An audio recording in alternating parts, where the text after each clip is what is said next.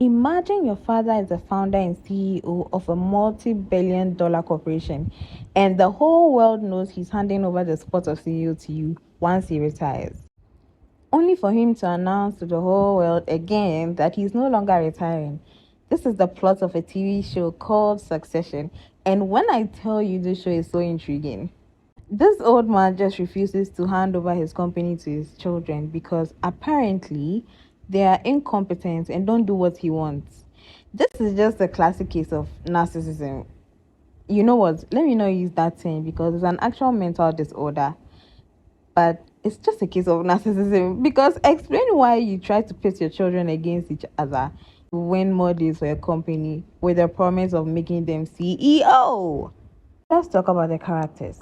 So, there's Logan Roy who wants to buy every company he gets his hands on.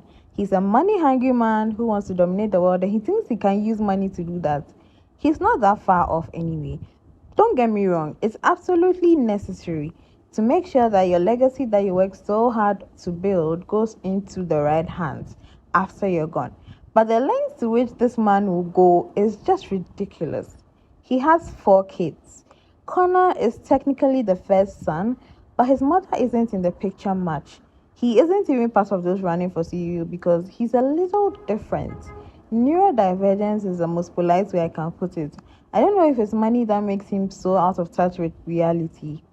I think he's great comedic relief though because some of his ideas will just make you laugh out loud. Then there's Kendall Roy, who is recognized as the firstborn son.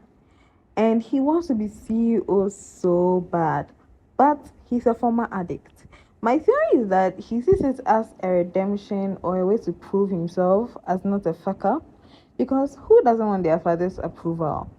His father holds this against him though, because one time he actually blackmails his son after an accidental death of a staff member because he was high. It was a relapse, like manslaughter.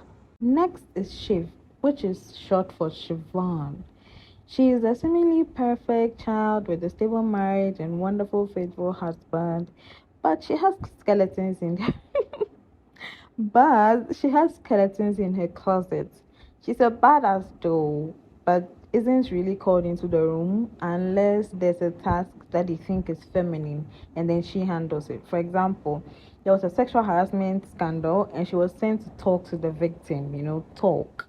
Last but not least is Roman.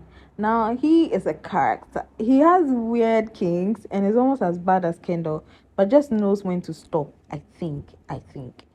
Well, these are the main characters, but I also like Greg. That's Logan's nephew, who seems like a timid guy at first, but actually worked his way around into getting himself a seat at the table. Like he owned shares and everything at some point.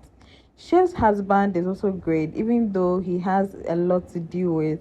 He betrays his wife at some point though, because Logan always gets what he wants, even if it means destroying his daughter's marriage. Overall, I give this series a 10 over 10 and I'm looking forward to season 4. If you've seen it, let me know your rating. If you haven't, go and see it and come back with your rating. Thank you.